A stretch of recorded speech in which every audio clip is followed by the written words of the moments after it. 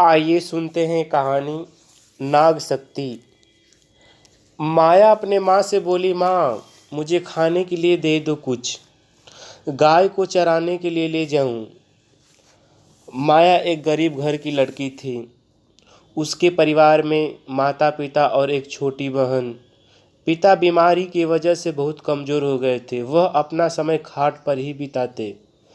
घर का खर्चा गाय का दूध बेचकर चलता। बस 2 गाय थीं। इसके सिवाय कोई दूसरा साधन नहीं था। माया बचपन से काली और कुरूप थी। उसकी उम्र 12 साल की हो चुकी। माया की माँ उसकी शादी की चिंता हमेशा लगी रहती। वह सोचती, अगर हमारे पास अधिक पैसे होते तो माया की शादी किसी तरह हो जाती, मगर काली और कुरूप लड़की से कौन शादी करेगा। इस बात का एहसास माया को भी होती थी। माया की माँ बोली, पोटली में गुड़ और सत्तू बांध कर रखा है, ले लो। माया पोटली और पानी का बोतल उठाई और गाय को चराने लेकर चली गई।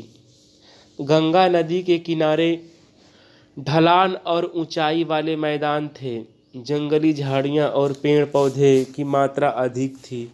घास तो ऐसी लगी थी मानो ग्रीनलैंड हो।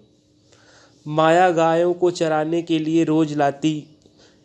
कुछ ही दूरी पर प्राचीन मंदिर शिव भगवान का मंदिर था, मगर लोग बताते हैं कि बहुत खजाना हो सकता है। कई लोगों ने बस यही बातें चलाते थे कि मंदिर पुराना है, उसमें खजाना है। मगर गांव के लोगों ने उस सांप को कई बार देख भी चुके थे। डर के मारे उस मंदिर में कोई नहीं जाता। लोग बताते हैं कि वह सांप शक्तिधारी सांप है, जो खजाना की रखवाली करता है।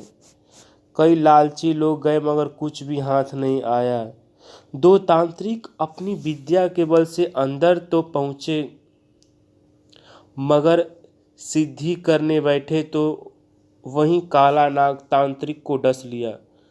उसके पास कुछ जड़ी बूटी थी, उसने उस जगह पर लगाया और भागते भागते गांव के समीप आते ही मर गया। इससे गांव वाले और भी डर गए। किसी की हिम्मत नहीं होती उस रास्ते से जाने को।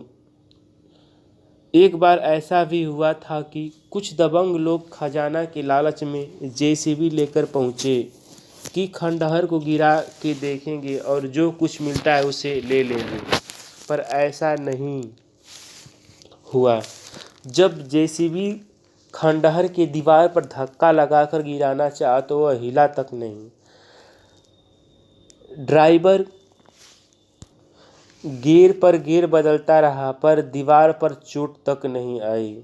और ड्राइवर को ऐसा लगा कि उसे कोई जेसीबी सहित पीछे धकेल दिया हो। जेसीबी 7 कदम पीछे आ गई। वे लोग इसे देखकर आश्चर्य में पड़ गए। ड्राइवर कई दिनों तक बीमार रहा। डॉक्टर के बहुत सारे इलाज के बाद भी कोई सुधार नहीं हुआ। यहाँ तक कि ड्राइवर मरने की स्थिति में आ गया था। घर वालों ने मंदिर के समीप जाकर पूजा अर्चना हवन करवाए और हाथ जोड़कर माफ़ी मांगी। तब धीरे धीरे तबीयत में सुधार होने लगा। अब किसी व्यक्ति की हिम्मत नहीं पड़ती कि मंदिर से कुछ भी सामान उठा के लाया जाए। यह घटना कई वर्षों पहले हो चुकी थी। माया ने माँ से सुन चुकी थी कि उस पुराने मंदिर के तरफ न जाना, और गांव के लोग गाय भैंस चराने के लिए लाते। गांव के लोग काला नाग को गाय का दूध पीते हुए कई बार देखे थे। काला नाग अपने पूरे शरीर से गाय के पीछे टांग को जकड़ लेता और दूध पी जाता। मगर आज तक किसी गांव को कुछ नहीं हुआ। नाग पंचमी के दिन गांव के लोग अंदर तो नहीं जाते, मगर मंदिर के कुछ दूरी पर ही दूध लावा चढ़ाते। माया गाय चराने रोज आती। मंदिर की कुछ ही दूरी पर माया गंगा के मिट्टी और पानी से शिवलिंग बनाकर पूजा करती। माया के पास अधिक समय था। वह पूरे दिन कुछ न कुछ काम करके एक मंदिर जैसा बना दिया। लकड़ी और घास फूस से कुटी बनाकर आसपास जंगली फूल लगा दिए और गाय के गोबर से लिपाई पुताई करके सुंदर बना दिया।